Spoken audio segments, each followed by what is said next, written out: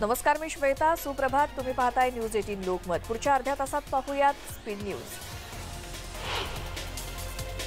राष्ट्रवादी काँग्रेसचे अध्यक्ष शरद पवार आज पुण्यातल्या सिरम इन्स्टिट्यूटला भेट देणार आहेत. सकाळी 10:30 ते 11च्या सुमारास पवार सिरममध्ये दाखल होतील, जिथे ते आगीनं झालेल्या नुकसानीचा आढावा घेतील. मुख्यमंत्री उद्धव ठाकरेंनी काल दुपारी सिरमला भेट दिली होती आणि त्यानंतर मुख्यमंत्री आणि अदर पुनावाला यांची संयुक्त पत्रकार परिषद सुद्धा झाली होती. पुण्यातील सिरम इन्स्टिट्यूटला लागलेल्या आगीची मुख्यमंत्री उद्धव ठाकरेंनी पाहणी केली. या आगीत कोविशिल्ड लसीच्या प्लांटला कोणताही धक्का बसला नसून तो सुरक्षित असल्याची माहिती सिरमच्या संचालकांकडून देण्यात आली. आगीचा लसीकरणावर काहीही परिणाम होणार नाही असं सांगण्यात आलं, असंही मुख्यमंत्री म्हणाले. सिरम इन्स्टिट्यूटला लागलेल्या आगीची चौकशी करण्यात येते. ही चौकशी पूर्ण होईपर्यंत कोणतेही भाष्य करणं योग्य होणार नाही. अपघात की घातपात ते नंतरच कळेल असं मुख्यमंत्र्यांनी सांगितलं. ज्यांचा मृत्यू झालाय त्यांची जबाबदारी कंपनीनं घेतली आहे. मात्र आणखी त्यांच्यासाठी काही करता येण्यासारखं असेल तर सरकार नक्की करेल असं मुख्यमंत्री म्हणाले. शिवसेना प्रमुख बाळासाहेब ठाकरे यांची आज 95वी जयंती आहे. त्यानिमित्तानं मुंबईत त्यांच्या पूर्णाकृती पुतळ्याचं अनावरण होणार आहे. दक्षिण मुंबईतील कुलाबा सर्कलमध्ये हा पुतळा उभारण्यात आलाय. संध्याकाळी हा सोहळा पार पडेल. विशेष म्हणजे सर्वपक्षीय नेते यासाठी उपस्थित असतील. मुख्यमंत्री उद्धव ठाकरे, राष्ट्रवादीचे अध्यक्ष शरद पवार, विरोधी पक्षनेते देवेंद्र फडणवीस, मनसे अध्यक्ष राज ठाकरे उपस्थित राहणार आहेत. शुक्रवारी संध्याकाळी या कार्यक्रमाची रंगीत तालीम पार पडली. सेनेचे ज्येष्ठ नेते सुभाष देसाई यावेळी उपस्थित होते. भाईचंद हिराचंद रायसोनी पतसंस्था घोटाळ्यातील फरार आरोपी सुनील जव्हर याच्या मुलाला अटक झाली आहे. सूरज जव्हरला अटक झाली आहे. पुणे आर्थिक गुन्हे शाखेनं ही कारवाई केली आहे. जव्हर यांच्यावर रायसोनी पतसंस्थेच्या जमीन कवडीमोल किमतीत विकत घेतल्याचा आरोप करण्यात आलाय. काँग्रेसच्या प्रदेशाध्यक्षपदी बाळासाहेब थोरात हेच राहायला हवेत असं वक्तव्य महिला आणि बालविकास मंत्री यशोमती ठाकूर यांनी केलंय. मुंबईतल्या काँग्रेसच्या मेळाव्यात संध्याताई सव्वालाखे यांचा पदग्रहण कार्यक्रम पार पडला. यावेळी यशोमती ठाकूर बोलत होत्या. कुणी तयार नसताना थोरातांनी काँग्रेसच्या प्रदेशाध्यक्षपदाची जबाबदारी घेतली आणि बाळासाहेब थोरात हेच अध्यक्ष राहायला हवेत. पुढील काळात काँग्रेसनं स्वबळावर जास्त जागा जिंकल्या पाहिजेत. त्याचबरोबर थोरात यांच्यामुळेच महाविकास आघाडीत काँग्रेस पक्षातील 2 महिलांना मंत्री होण्याची संधी मिळाली असं वक्तव्य यशोमती ठाकूर यांनी केलंय. धनंजय मुंडे विरोधात बलात्काराची तक्रार करणाऱ्या रेणू शर्मांनी आपली तक्रार मागे घेतली आहे. धनंजय मुंडेंवरील आरोप प्रतिज्ञापत्र देऊन रेणू शर्मानं मागे घेतलेत. त्यामुळे आता महाविकास आघाडीचे मंत्री धनंजय मुंडे यांना मोठा दिलासा मिळालाय. धनंजय मुंडे यांच्यावरील बलात्काराची तक्रार रेणू शर्मानं मागे घेतली. यामागे कोणताही दबाव नसून कौटुंबिक कारणामुळे तक्रार मागे घेत असल्याचं रेणू शर्मानं ट्विट करून स्पष्टीकरण दिलंय. तक्रारदारावर दबाव येऊ नये यासाठी राजीनामा देणं आवश्यक असतं अशी प्रतिक्रिया भाजपचे नेते सुधीर मुनगंटीवार यांनी धनंजय मुंडे प्रकरणावर दिली. तसंच सेटिंग करून हा विषय दाबला गेला असंही मुनगंटीवार म्हणाले.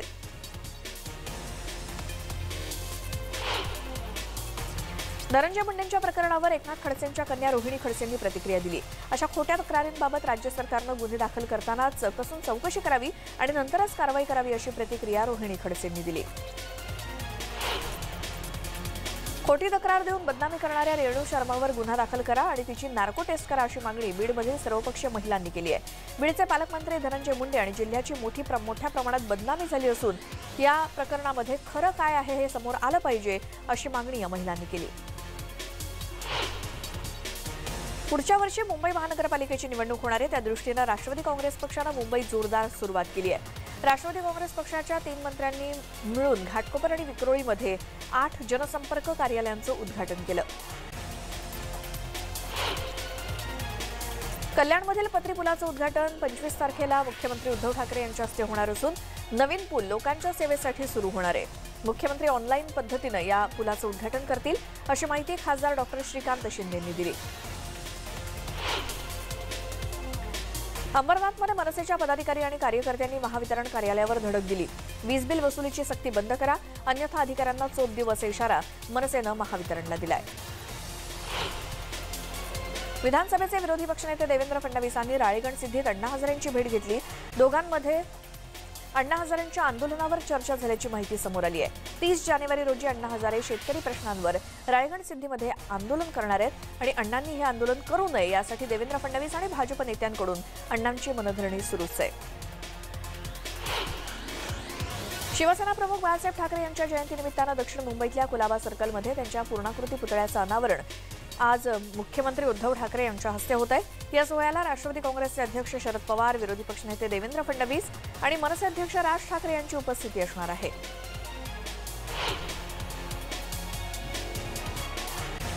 राज्य सरकार वाढीव वीज बिल माफ करत नसल्यानं नवी मुंबई भाजपकडून विविध ठिकाणी निदर्शनं करण्यात आली। महावितरण विरोधात आंदोलनं केल्यानं 25 आंदोलकांवर गुन्हे दाखल झाले, तर गुन्हे दाखल करण्यात आलेल्या आंदोलकांचा भाजपनं सत्कार केला।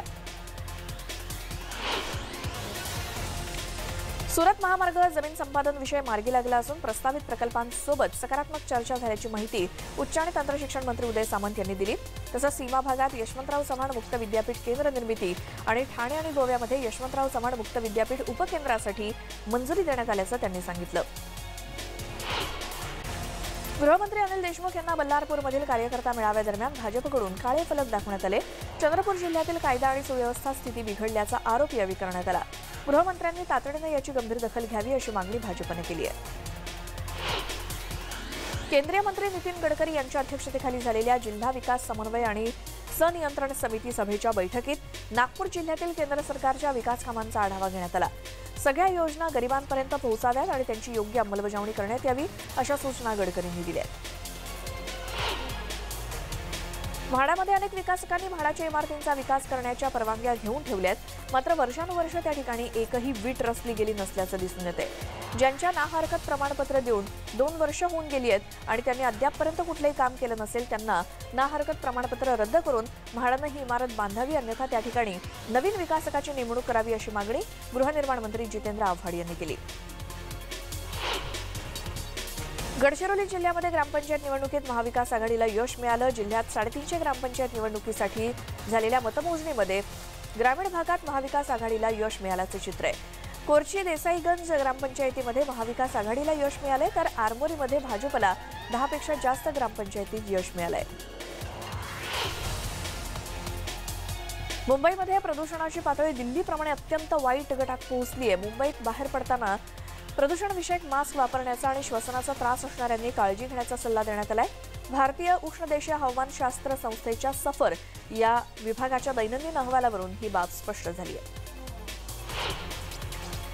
नोंदणी केलेल्या आणि लस घेण्यास इच्छुक असलेल्या आरोग्य कर्मचाऱ्यांना कोणत्याही केंद्रांवर लस घेण्याचा पर्याय दिल्यामुळे मुंबईत शुक्रवारी उद्दिष्टाच्या 92% लसीकरण पूर्ण झालं, तर राज्यात हे प्रमाण 76% आहे।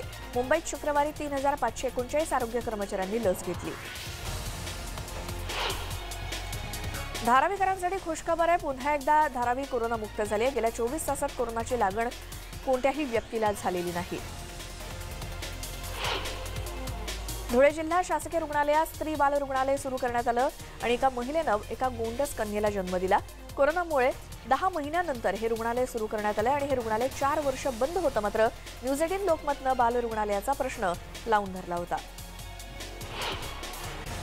कोरोनाच्या पार्श्वभूमीवर दुचाकी आणि चारचाकी चालवताना मास्क घालणं अनिवार्य करण्यात आलं होतं, मात्र आता कोरोनाचा कमी होत असलेला प्रादुर्भाव लक्षात घेता आणि कोरोना प्रतिबंधक लस आल्यानं नियमांमध्ये सूट देण्यात आली आहे। पुणे शहरात चारचाकी चालवताना मास्कची गरज नाही, परंतु गाडीतले सगळे प्रवासी एकाच कुटुंबातले असले पाहिजेत। ही सवलत फक्त खासगी वाहनांना असणार असल्याचं महापौर मुरलीधर मोहोळ यांनी सांगितलं। वसई विरारमध्ये आपलं राजकीय वर्चस्व प्रस्थापित केलेले ठाकूर कुटुंबीय आता ईडीच्या रडारवरती आहेत। सकाळी ठाकूर कुटुंबियाच्या विवा कंपनीच्या कार्यालयावर ईडीनं छापे मारले। पीएमसी बँक घोटाळ्याप्रकरणी ईडीनं ही कारवाई केली आहे। विवा ग्रुप आणि प्रवीण राऊतांमध्ये आर्थिक कनेक्शन असल्याचा संशय ईडीला आहे। दरम्यान आर्थिक व्यवहाराच्या तपासणीसाठी ईडीनं ही कारवाई केल्याची माहिती आहे। या कारवाईमुळे ठाकूर पितापुत्र अडचणीत येण्याची शक्यता आहे। मुंबईतूनच दहशतवादाला आर्थिक पुरवठा होत असल्याची धक्कादायक माहिती समोर आली। ड्रग्ज विकून दाऊदला पैसे पाठवत असल्याचं समोर आलंय। गेल्या 5 वर्षात 1500 कोटींचे ड्रग्ज विकून पैसे उभे केले जात असल्याचं तपासात समोर आलंय। हवाला मार्गे हे पैसे पाठवत असल्याची माहिती समोर आली। समीर वानखेड यांनी ही कारवाई केली आहे। दाऊदच्या आणखी एका हस्तकालाही अटक केली आहे। करीम लालाचा नातेवाईक आणि दाऊदचा खास सहकारी म्हणून परिचित असलेला परवेज खान उर्फ चिंकू पठाणला अटक झाली आहे। त्याच्या अटकेनंतर डोंगरीतील एका ड्रग्ज कारखान्याचा पर्दाफाश करण्यात नार्कोटिक्स कंट्रोल ब्युरोच्या अधिकाऱ्यांना यश आलं। या डायरीत उद्योगपती आणि सेलिब्रिटींची नावं समोर आली आहेत। भिवंडी शहरातील कापाळी येथील महापालिका मुख्य कार्यालयाच्या पाठीमागे कालबाह्य औषधांच्या बाटल्यांचा साठा आढळून आलाय. मात्र महापालिकेच्या आरोग्य विभागाला याची कल्पना नसल्याचं उघड झालंय. या औषधांची विल्हेवाट लावण्याची मागणी नागरिकांनी केली आहे. जळगावात घराच्या नूतनीकरणाचं काम सुरू असताना छताचा काही भाग कोसळल्यानं 2 मजूर ढिगाऱ्याखाली दबले गेले होते. त्यांना बाहेर काढण्यात आलं. मात्र यात अजय चांदोलकर यांचा जागीच मृत्यू झालाय, तर आसिफ पिंजारी जखमी झालेत. आदर्शनगर परिसरातील आरटीओ ऑफिस रोडवरची ही घटना.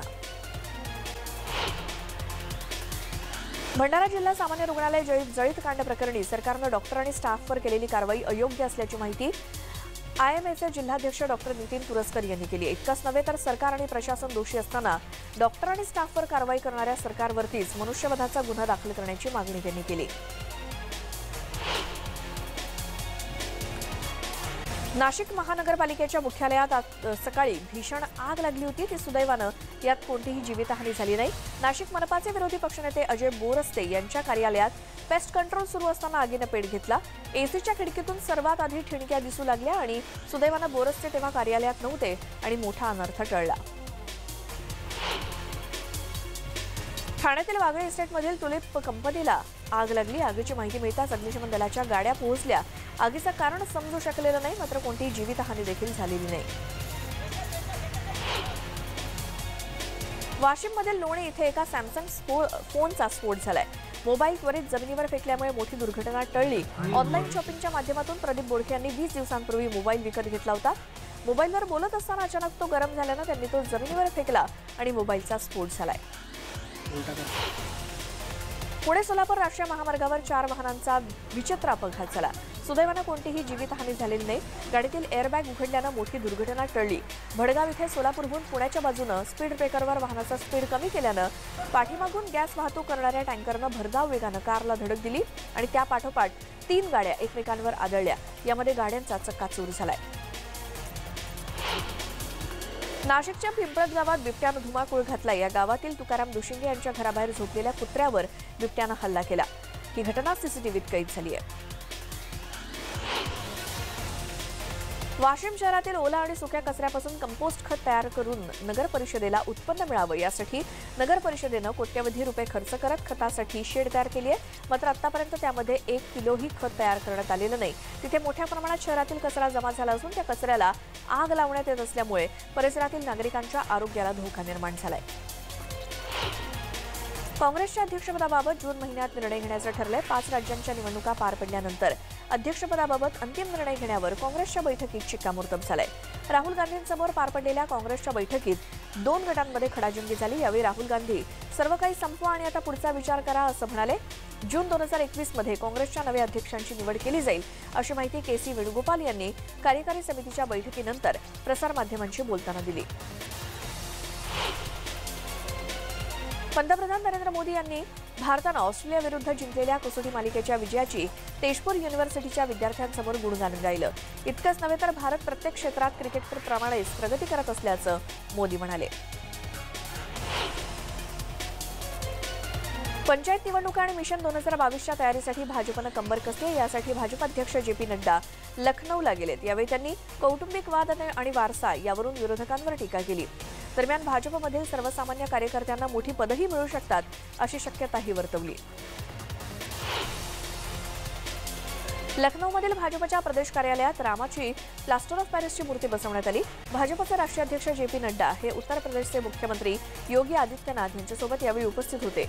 नड्डा आणि योगी यांनी श्रीरामाच्या मूर्तीला फुलं अर्पण केली. पंतप्रधान नरेंद्र मोदी यांनी व्हिडिओ कॉन्फरन्सिंगद्वारे वाराणसीतील कोविड लसीकरण मोहिमेत सहभागी झालेल्यांशी संवाद साधला. जगातली सगळ्यात मोठी लसीकरण मोहीम आपल्या देशात राबवली जात असल्याचं मोदी म्हणाले.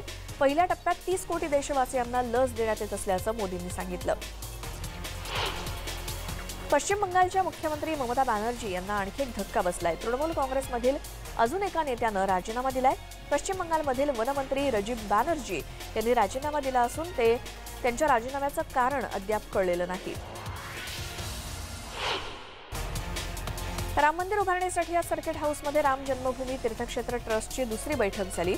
या बैठकीत 3 महिन्यांच्या मास्टर प्लॅनवर चर्चा झाली. लवकरच मंदिराची अंतिम डिझाईन तयार करण्यात येईल आणि मंदिराच्या कामाला सुरुवात होईल अशी माहिती ट्रस्टचे महासचिव चंपत राय यांनी दिली. समाजवादी पार्टीचे नेते अखिलेश यादव यांनी केंद्र सरकारवर टीका केली। केंद्र सरकार समाजात द्वेष निर्माण करत असल्याची टीका त्यांनी केली। बिहारमध्ये सोशल मीडियावर मंत्री, खासदार, आमदार आणि अधिकाऱ्यांविरोधात लिहिल्यास कारवाई होऊ शकते। विरोधात लिहिल्यास तुरुंगवास सुद्धा होऊ शकतो। याबाबत नितीश कुमार यांच्या सरकारनं आदेश दिले असून यावर विरोधकांनी टीका केली आहे।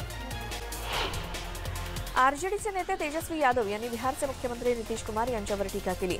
नितीश कुमार हे भ्रष्टाचाराचे भीष्म पितामह आहेत अशी टीका तेजस्वी यादव यांनी केली। सरकार गुन्हा करणाऱ्यांना संरक्षण देत असल्याचा आरोपही त्यांनी केला। उत्तर प्रदेशातील मुरादाबादमध्ये सरकारी कर्मचाऱ्यांनी संप पुकारला। याचा सर्व विभागांवर परिणाम झालाय। 110 कर्मचाऱ्यांवर केलेल्या कारवाईचा निषेध करण्यासाठी हा संप पुकारण्यात आलाय। ब्रेकनंतर स्वागत, पुन्हा पाहूयात स्पीड न्यूज।